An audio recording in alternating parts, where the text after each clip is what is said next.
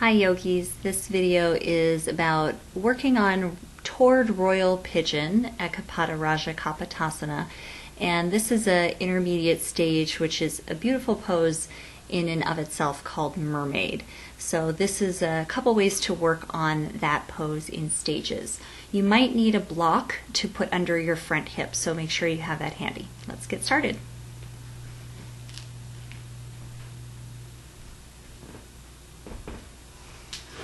So you'll come into pigeon prep pose with the front shin forward, right behind your right hand. So my right shin is forward, my right knee is right behind my right wrist.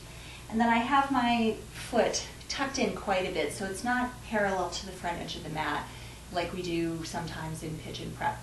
This time it's really tight into the groin.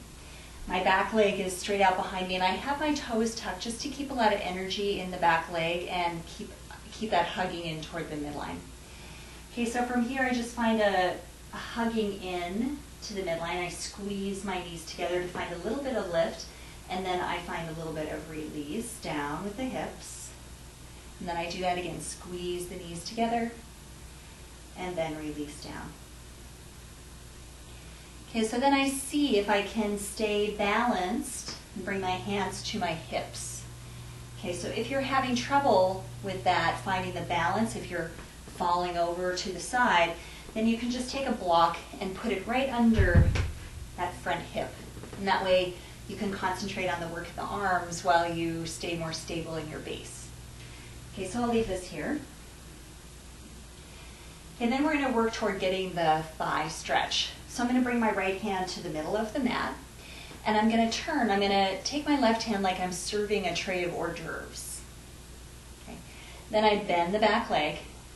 I hop my foot over that hand, my hand over the foot, so that I'm holding onto the inside of the foot.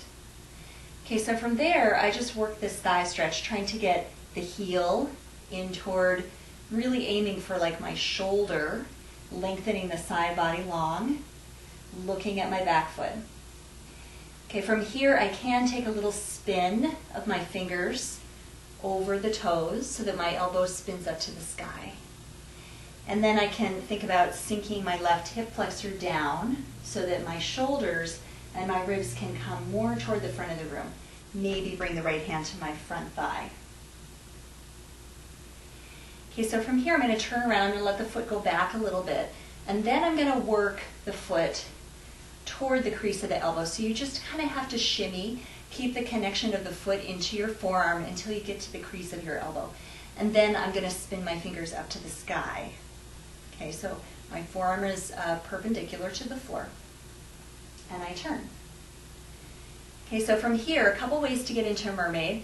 I can bring my forearm more forward, more parallel to the floor, and then I just reach my hands together, clasp them, and then I do a little sneak of my head under my arms, and I turn to face the front of the room.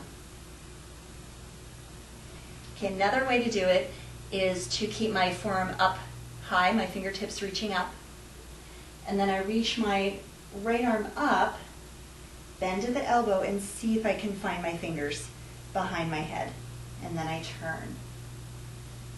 Lift up, keep lifting up through the side body, squeezing the knees together just so you stay stable. And then I release.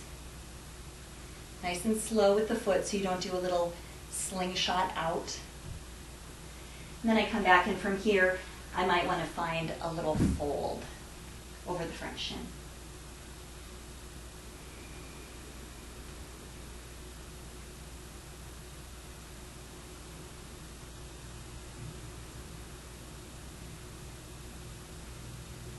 I'll release up, maybe step back to downward facing dog. Stretch that leg out a little bit.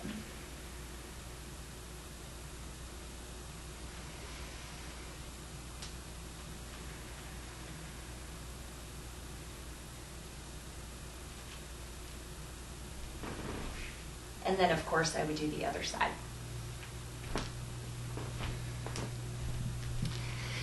So I hope this gives you something new to work on in terms of getting into Mermaid. Keep practicing.